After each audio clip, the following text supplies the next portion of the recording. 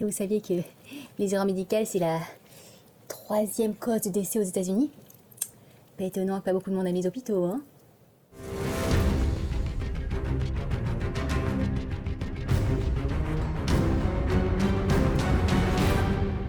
Je ne sais pas vous, mais moi en tout cas, les hôpitaux, ça me fait particulièrement flipper. Entre le son des pleurs des gens qui souffrent pendant que vous marchez dans les couloirs, l'odeur du sang, et quelquefois l'odeur de la mort, ainsi que la nourriture souvent très infecte. En tout cas, l'hôpital, c'est un des lieux que j'aime le moins aller, même si des fois on n'a pas le choix, on doit visiter quelqu'un, on doit se faire soigner. Mais sachez qu'après cette vidéo, si vous n'avez pas peur des hôpitaux, ça va changer. Lorsqu'on va à l'hôpital, la plupart du temps, c'est qu'on a un problème de santé et on doit se faire soigner. Et la plupart du temps, ça se passe bien. Sauf que des fois, les médecins foirent et ça se passe plutôt mal, voilà. Comme je l'ai dit au début de la vidéo, et moi personnellement ça me choque, les erreurs médicales sont la 3e cause de décès aux États-Unis. Voilà, je vous mets un petit tableau là. La première cause, c'est donc les maladies cardiaques. La 2e cause, ce sont les cancers. Et la 3e cause, les erreurs médicales. On adore. Plus de 200 000 personnes meurent chaque année à cause d'une erreur médicale. C'est juste énorme. Vraiment, moi je... Waouh! Un patient sur 3 aux États-Unis fera face à une erreur médicale durant son séjour à l'hôpital. Un patient sur 3, les gars. C'est beaucoup quand même, hein. Aujourd'hui, dans cette vidéo, je vais vous parler des erreurs médicales les plus flippantes, voilà, les plus choquantes, les plus improbables. Petite précision, je voulais vous informer que je me suis inspirée voilà, de la vidéo de Shane, qui est un Américain, et j'adore regarder ses vidéos. Ce mec a le don de me foutre des frissons à chaque fois que je regarde ses vidéos. Première erreur médicale flippante, c'est la mort lors d'un examen d'IRM. Je sais pas si vous savez l'IRM ce que c'est, hein. Donc c'est une machine, voilà. Vous allez dedans, c'est comme un tube, je vais vous mettre une image. Vous rentrez dans un tube, vous êtes allongé. Le tube est plutôt, on va dire, excentré, hein, c'est pas très très grand. Et on ne doit pas du tout bouger pendant l'examen, sinon ça va fausser l'examen, du coup, enfin les résultats de l'examen. Donc on vous dit de pas bouger et généralement vous restez assez longtemps, ça peut durer des fois 1 heure, vous devez rester 1 heure sans bouger. Et en plus de ça, les bruits que fait l'IRM, c'est quand même très dérangeant. Il y a des bruits de bam bam tom tom tom. Moi j'en ai fait un il y a quelques temps et c'était vraiment très stressant. Surtout quand on est claustrophobe comme moi, je peux vous assurer que c'est vraiment pas une partie de plaisir, hein. Voilà. Dans IRM, il y a M, et M veut dire magnétique. Ce qui veut dire que la machine est composée principalement d'aimants. C'est pour cela que lorsque vous allez réaliser un examen, on va vous demander avant d'aller dans l'IRM, d'enlever tout ce qui est composé de métal, donc vos bijoux, enfin voilà, si vous avez un piercing, il faut l'enlever, enfin les chaînes, les colliers, enfin les bijoux quoi. Puis ils vous disent aussi vider vos poches, donc il ne faut pas avoir de clés, il faut enlever votre ceinture, enfin. Il y a une bonne raison à ça, c'est que lorsque la machine est en route, l'aimant attire tout ce qui est composé de métal. Voilà. Lors de l'examen, vous êtes seul dans la salle, ce qui est assez flippant, et ils sont de l'autre côté, derrière une vitre. Et généralement, ils peuvent vous parler à travers un micro. Et malgré les précautions, il y a des accidents qui peuvent arriver. Donc, comme celui-ci que je vais vous raconter. En 2001, dans un hôpital de New York, un jeune garçon nommé Michael Colimbini a dû subir un IRM. Et lors de l'examen, une infirmière portant une bouteille d'oxygène est entrée. Et là, vous imaginez ce qui s'est passé. La bouteille a directement volé vers la machine et dans son passage, elle a heurté la tête de Michael qui mourra instantanément. Voilà, vu le choc que c'est, forcément. Quand on y pense, c'est juste horrible de s'imaginer qu'on puisse mourir pendant un examen d'IRM, mais c'est arrivé. Et c'est une erreur médicale puisque l'infirmière n'était pas censée entrer dans la salle en portant en plus une bouteille d'oxygène. Je pense pas qu'elle bosse encore aujourd'hui, hein, vu l'erreur qu'elle a faite. Mais voilà, vu qu'elle est composée de métal, forcément, vous voyez les dégâts que ça peut faire, quoi. C'est juste horrible. Deuxième type d'erreur médicale.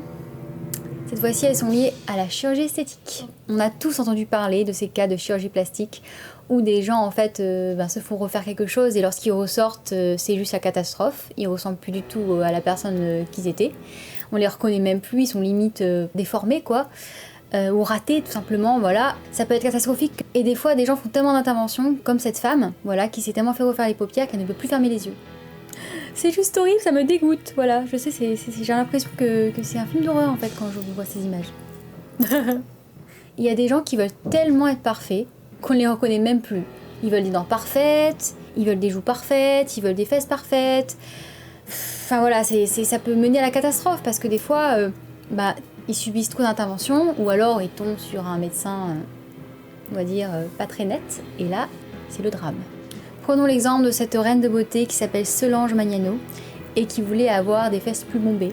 Donc elle a décidé de se faire des injections dans les fesses, voilà. Sauf que ça s'est pas très bien passé. Une sorte de matière inconnue provenant de l'injection s'est infiltrée dans son sang et est arrivée jusqu'au poumon. Et en arrivant jusqu'au poumon, ça l'a empêchée de respirer et elle est morte. Imaginez-vous, c'est juste horrible. Elle est morte genre 72 heures après son opération. Tout ça pour pouvoir avoir des fesses plus grosses. Je pense que ça vaut pas trop le coup, hein. Autre intervention chirurgicale qui s'est très mal passée et qu'a subi l'ancien Mister New Mexico Alexander Baez. Et cette fois-ci, ça inclut un docteur qui pensait un peu au docteur Frankenstein, hein, parce que ce qu'il a fait c'est juste horrible. Alors en fait, Alexander Baez, ce qui s'est passé c'est qu'il avait une tumeur dans sa poitrine et il a dû évidemment subir une chirurgie. Et il a donc décidé de se faire refaire la poitrine, quoi, de se faire mettre des pecs. Il s'est donc rendu au cabinet du docteur Ronaldo, communément aussi appelé le boucher de South Beach. Wouhou! Et voilà, au lieu de ressortir avec des beaux pecs, il est ressorti avec des seins féminins. Voilà. J'oublie donc ce qui a été dit.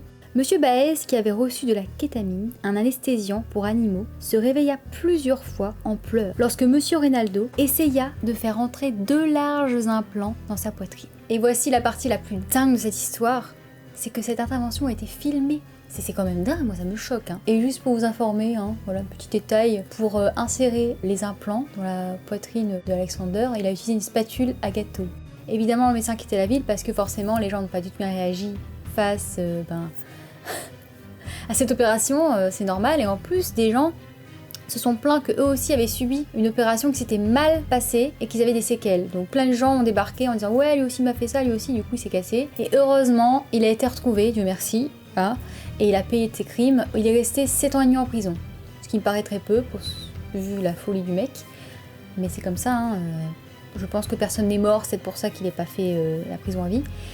Mais voilà, 7 ans et demi c'est pas mal, j'espère qu'il n'a plus le droit d'être chirurgien. 3e cas d'erreur médicale, et celle-ci, je peux vous assurer que c'est celle qui me fait le plus flipper. Je me suis jamais fait opérer, je touche du bois, voilà, j'ai jamais subi d'intervention chirurgicale, donc du coup ça me fait encore vraiment plus flipper parce que je me dis, le jour où ça arrivera, je vais y penser. Super. Et c'est l'état de conscience pendant l'opération. Et franchement, quand j'ai entendu parler de ça, je pensais pas que c'était vrai, ou alors que c'était très très rare. J'avais vu un film qui parlait de ça où justement le personnage était conscient pendant l'opération. Mais lorsque j'ai appris que ça arrivait plutôt fréquemment, je me suis dit putain mais c'est horrible. C'est horrible. Imaginez-vous, on vous prépare pour aller vous faire opérer, on vous endort, on vous anesthésie.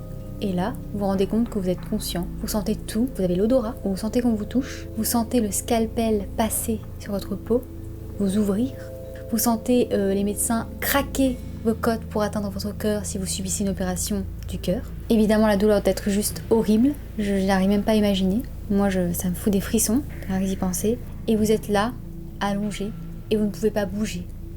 Vous pouvez juste hurler dans votre tête, vous pouvez pas ouvrir les yeux, vous pouvez rien dire, et vous sentez tout autour de vous.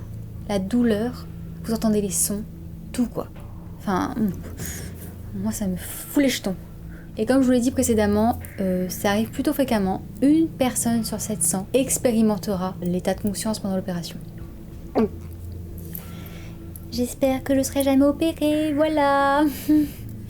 C'est horrible. Et il y a des gens, tellement ils ont souffert, ils pensent à se suicider après ça. Tellement c'était horrible, ils n'arrivent plus à vivre, tellement ils ont eu une expérience douloureuse. En 2006, un homme se donna la mort, justement pour avoir vécu l'éveil péropératoire, voilà c'est le terme officiel on va dire, tellement c'était horrible. En fait, il se faisait opérer de l'estomac.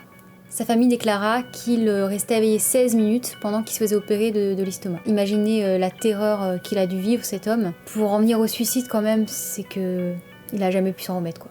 Je vais vous montrer maintenant un extrait d'une interview qu'une fille a donnée à Shane, celui dont je me suis inspirée pour ces vidéos. Et franchement, son témoignage est plutôt flippant.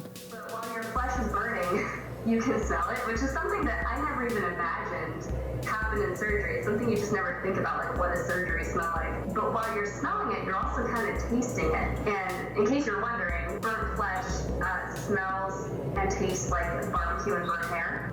Donc si vous allez un jour vous faire opérer et que voilà, vous n'avez pas envie que ça vous arrive, vous avez plutôt peur, demandez à l'hôpital dans lequel vous êtes s'ils ont une machine qui surveille l'activité du cerveau, parce que ça existe.